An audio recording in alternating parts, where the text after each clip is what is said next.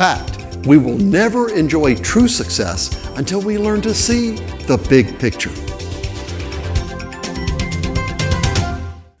Hey, I'm Steve Diggs. This is The Big Picture. Welcome aboard. Today on the homepage, I want to share with you the 4 things that successful investors frequently do and things that they know that make them succeed. Listen, as I get into this, be sure that you understand that there are no guarantees when it comes to investing. But these are some things that many successful investors tend to take advantage of. These are the 4 things that I like to remind anybody that I'm teaching about investing to remember. Number 1, successful investing usually involves good diversification.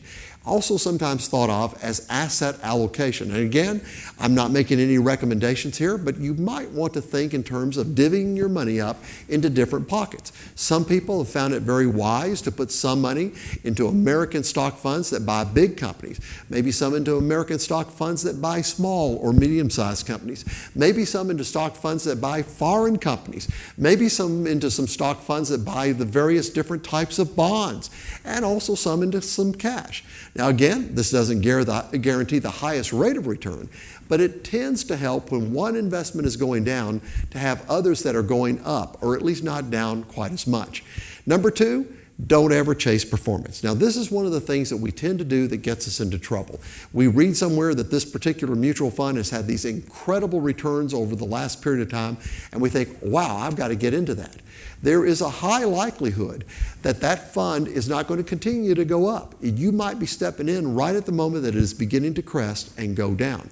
You need to think in terms of what you're buying, what's the purpose, rather than just simply latching on to the most recent high flyer. And number 3, speaking to that very thing, we need to avoid these high flyers. You know, once in a while you'll see a commercial for some mutual fund that'll say, you know, we've had whatever, 20, 40, 60% return over the last period. You think, wow, I've got to get in on that.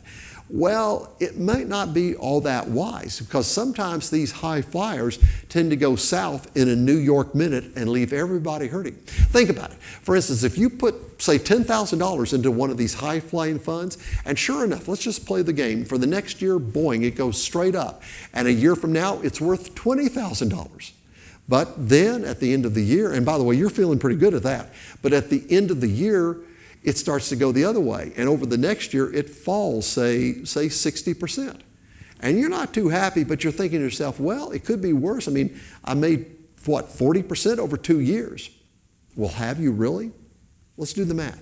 You start out with $10,000, and in the first year, it goes up to $20,000. And then the next year, it drops by 60%. By my count, that's bringing us down here at about $8,000. Look out for those high flyers. They can really hurt when they go down. And number 4, be consistent.